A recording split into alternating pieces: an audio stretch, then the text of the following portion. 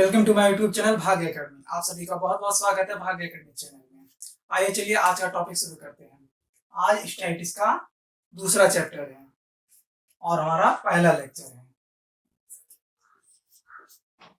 Chapter दूसरा है और इसका जो है कोरिलेशन चैप्टर हमारा शुरू होने वाला है, जिसको हिंदी में कहते हैं संबंध विश्लेषण। स्टैटिस्टिक्स का ये दूसरा चैप्टर है। अभी तक सेंट्रल टेंडेंसी के मीन मीडियन मोड सभी कवर हो चुके हैं। जिन्होंने वो वीडियो देखी है वो ठीक है, वो इस वीडियो पे कंसंट्रेट करें, और जिन्होंने अभी तक वो वीडियो नहीं देखी है वो वीडियो के डिस्क्रिप्शन में जाएं, आपको प्लेलिस्ट का लिंक मिल जाएगा। आइए चलिए शुरू करते हैं।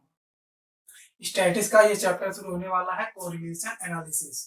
अब इस वीडियो में हम कवर क्या क्या करेंगे वो टॉपिक देख लेते हैं। पहले सबसे पहले कोरिलेशन एनालिसिस में कोरिलेशन क्या होता है ये जानेंगे।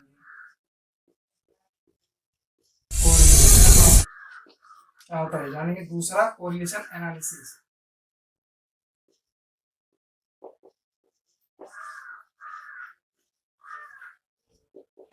और तीसरा जानेंगे types of correlation,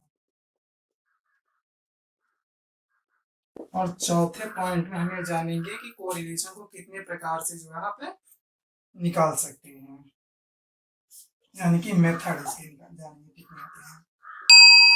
method 8/9।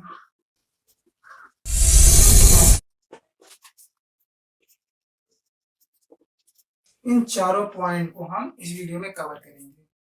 Correlation, उसके बाद कोरिलेशन एनालिसिस, उसके बाद कोरिलेशन के कितने प्रकार होते हैं, उसके बाद जो हम सॉल्व करेंगे टॉपिक को कवर करेंगे कि मेथड कितने होते हैं कोरिलेशन को निकालने के। आइए चलिए सबसे पहले हम कोरिलेशन को देखते हैं।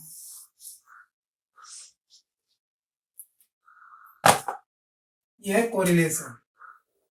अभी तक हम कोरिलेशन के बारे में जानते हैं कि दो वेरिएबल एक्स एंड वाई, दो वेरिएबल एक्स और वाई, इन दोनों के बीच में पाए जाने वाले रिलेशन कहते हैं कोरिलेशन। अभी तक हम सिर्फ इतना जानते हैं कि कोई भी दो अचर हों, कोई भी दो चर हों, जिन दोनों के बीच में पाए जाने वाले संबंध को हम सहसंबंध कहते हैं, यानी कि कोरिलेशन कहते हैं। लेकिन अब इसके आगे जानते हैं कोरिलेशन दो लोगों के बीच के जो रिलेशन हो, सिर्फ उन्हीं को जानकर हम सहसंबंध थोड़ी ना कर सकते। ये जानने की कोशिश करेंगे कितना संबंध होता है, कैसा संबंध होता है, किस तरह का संबंध होता है। आइए जानते हैं हम कोरिलेशन। मान लीजिए ये दो दोस्त हैं, एक पहला वाला दोस्त, एक वाला दूसरा वाला दोस्त। इसमें संगत का परिवर्तन आ रहा है, संगत का असर आ रहा है इसकी वजह से, इस वाले की वजह से इसमें संगत का असर आ रहा है। ये पहले दोस्त में ये वाले की जो है संगत का असर इस पे आ रहा है, और इस वाले की संगत का असर इस पे जाता है, यानी कि एक का परिवर्तन जब हो तो दूसरे वाले का कारण बने। जरूरी नहीं है कि इसकी वजह से जो है असरदार हो, इसी के जो है परिवर्तन है। कभी कभी होता है कि इसका असर इस पे भी परिवर्तन करने लगता है और ये इस पे भी परिवर्तन करने लगता है।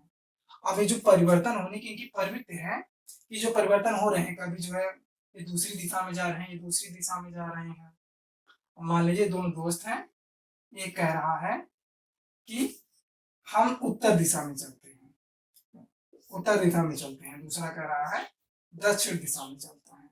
तो यहाँ पर भी जो है कोरिलेशन होगा, या तो दोनों कहते हैं चलो हम दोनों ही उत्तर दिशा में चलते हैं, तो यहाँ पर भी कोरिलेशन होगा। यानी जब दो वेरिएबल्स के बीच परिवर्तन हो या परिवर्तन होने की प्रवृत्ति दिखाई देने लगे तो वह कोरिलेशन कहलाता है। अब मान लीजिए जैसे प्राइस,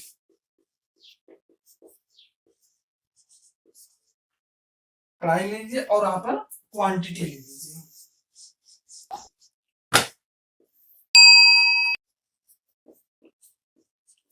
प्राइस एंड क्वांटिटी, इन दोनों के बीच सहसंबंध कैसे जानेंगे। जब भी किसी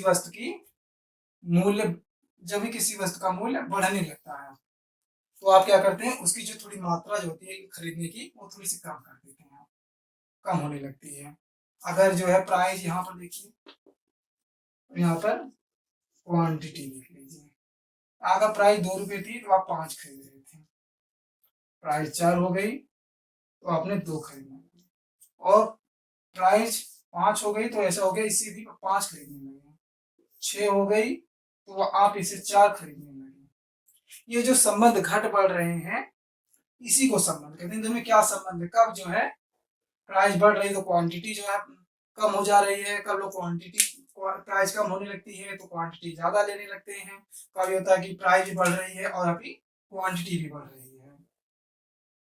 ये तो हमारा हो गया सहसंबंध, यानी कि दो वेरिएबल्स के बीच जो परिवर्तन हो रहा है, किस तरह का परिवर्तन हो, चाहे निगेटिव हो या पॉजिटिव हो, किसी भी तरह का परिवर्तन हो रहा है वह कहलाएगा हमारा सहसंबंध।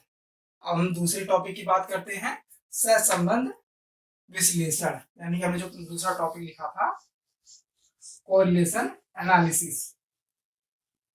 यह पूरी की पूरी तरह से बेस है कोरिलेशन पे। कोरिलेशन का ही हम एनालिसिस करेंगे। अभी हमने बताया, यहाँ पे हमने दूसरा टॉपिक हमारा क्या है,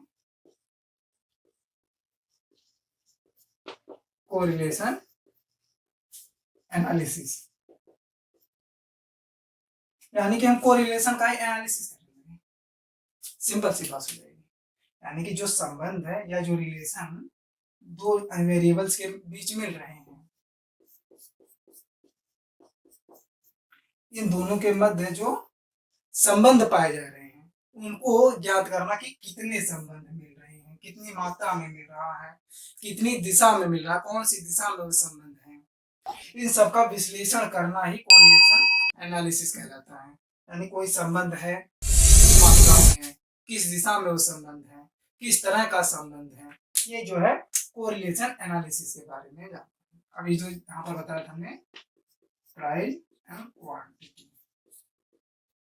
इसमें तो सहसंबंध है। हाँ, एक के बढ़ने से दूसरा घटता है, एक के घटने से दूसरा बढ़ता है और एक के बढ़ने से दूसरा भी बढ़ने लगता है, इस प्रकार का संबंध है। लेकिन कभी कभी होता है कि प्राइस बढ़ती है, क्वांटिटी घटने लगती है, तो ये निगेटिव में आ जाएगा। और प्राइस बढ़ती है, क्वांटिटी भी बढ़ने लगती है, तो प्राइस ये पॉजिटिव में आ जाएगा। अब इसकी दिशा किस तरफ जा रही है ये भी ज्ञात करना होता है, यह कहलाएगा हमारा एनालिसिस में, कोरिलेशन एनालिसिस। अब बात करते हैं कोरिलेशन होता कितने प्रकार का है, यानी कि हमारा तीसरा टॉपिक जो था। तीसरे टॉपिक में बात करेंगे कोरिलेशन कितने टाइप्स होते हैं, टाइप्स ऑफ कोरिलेशन।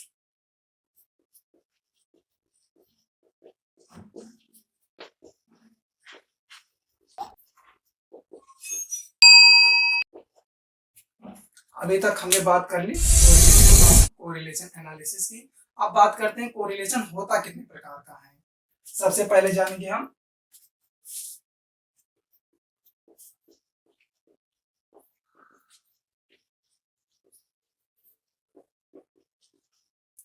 सबसे पहला जो होता है कोरिलेशन वो पॉजिटिव होता है, पॉजिटिव कोरिलेशन। दूसरा वाला हमारा है, दूसरा निगेटिव कोरिलेशन होता है। और तीसरा वाला हमारा लाइनर कोरिलेशन। और चौथा होता है कर्वी कोरिलेशन। ये तो हमारे हो गए कोरिलेशन, 4 प्रकार के कोरिलेशन है। इसमें शायद दो या तीन कोरिलेशन और भी, तो इतने इंपॉर्टेंट नहीं, ये चारों मोस्ट इंपॉर्टेंट होते हैं। ये आपको बुक्स में या क्वेश्चन में अक्सर मिल जाएगा कि कितने कौन से जो है कोरिलेशन है, इसमें आपको बताना पड़ेगा। जो है पॉजिटिव है, निगेटिव है, लाइनर है, कर्व लाइनर है, इन सब प्रकार के टाइप्स के बारे में आपको बात की जाएगी। आइए सबसे पहले बात करते हैं हम पॉजिटिव वाले की। जब दो वेरिएबल्स एक ही दिशा में बढ़ रहे हों, मान लीजिए एक्स एंड वाई, ये दोनों की दिशा एक ही हो, ऐसे प्राइस एंड क्वांटिटी ले लीजिए, ये सबसे आसान है। अगर प्राइस बढ़ रही है तो क्वांटिटी भी बढ़ रही है, अगर प्राइस बढ़ रही है तो क्वांटिटी भी बढ़ रही है, तो इसके बीच का जो कोरिलेशन होगा वो पॉजिटिव कहलाएगा।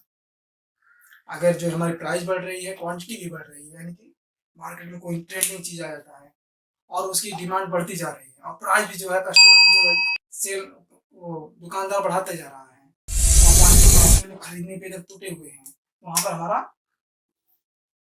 पॉजिटिव कोरिलेशन होगा। दूसरा निगेटिव कोरिलेशन, इसी में अब कहीं भी जो है प्राइस बढ़ती चली जा रही है, क्वांटिटी घटती जा रही है, यानी कि एक ऊपर की तरफ जा रहा है, एक नीचे की तरफ जा रहा है, ऐसा यहाँ पर निगेटिव कोरिलेशन।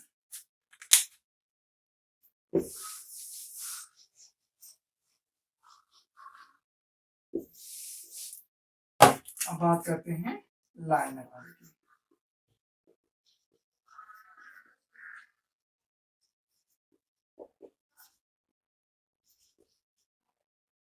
लाइनर कोरिलेशन,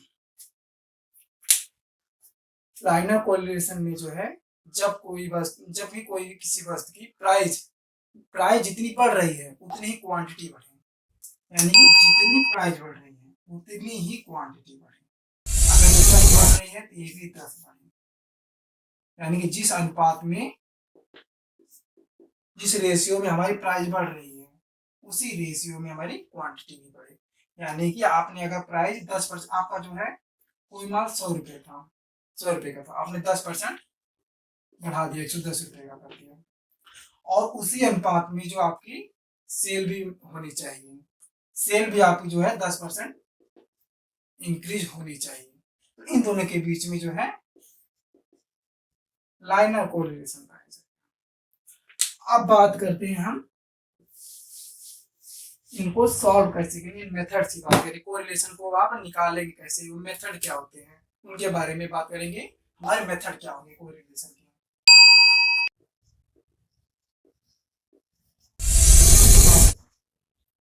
आइए आप लिख जानते हैं कि कोरिलेशन के मेथड कितने होते हैं। नंबर 1, कोरिलेशन निकालने के ये हमारे 7 मेथड हैं। कोरिलेशन निकालने के 7 मेथड हैं, जिसमें से कुछ मोस्ट इंपॉर्टेंट मेथड इसमें से हैं जो आपके लिए परीक्षा के दृष्टि से बहुत इंपॉर्टेंट है। पहला मेथड इसमें ग्राफिक मेथड है, जिसमें ग्राफ के जरिए से कोरिलेशन की बताया जाता है। इसमें सिर्फ दिशा पता चलती है, मात्रा नहीं पता चल पाती है। दूसरा है डोटोग्राम, यानी कि इसके ग्राफ के मेथड से नहीं, डॉट के माध्यम से बताया जाएगा कि बिंदु कहाँ पे पहुंचा और किस तरह से कोरिलेशन में निकलता है। दूसरा है कोरिलेशन टेबल। तीसरा वाला है कोरिलेशन टेबल, यानी टेबल के माध्यम से आप जानेंगे कोरिलेशन किस प्रकार निकाला जाएगा। और कॉल पियर्सन मेथड, कोरिलेशन निकालने का सबसे बेस्ट मेथड जो है हमारा ये कॉल पियर्सन वाला है। और जो है 5वां वाला कंकरेंट डिविजन मेथड, इसमें डिविजन करके निकाला जाएगा कोरिलेशन। और स्पेयरमैन रैंकिंग मेथड, यानी जो हमारे डाटा रहेंगे, जो आंकड़े मिलेंगे उसमें रैंकिंग के थ्रू जो है कोरिलेशन निकालेंगे। और सबसे लास्ट वाला मेथड, 7वां मेथड है, यह है मेथड ऑफ स्क्वायर्स, इसमें स्क्वायर के द्वारा मेथड निकालेंगे। सो उम्मीद करता हूँ कि सभी को वीडियो पसंद आई होगी। आगे की वीडियो हमारी जो रहेगी ग्राफिक मेथड वाली वीडियो रहेगी, जिसमें हम ग्राफ के जरिए आपको बताएंगे कि कोरिलेशन कितना है और किस प्रकार का कोरिलेशन है। सो वीडियो को लाइक करिए, कमेंट करिए, शेयर करिए और हमारे चैनल को प्लीज सब्सक्राइब करिए। Thank you.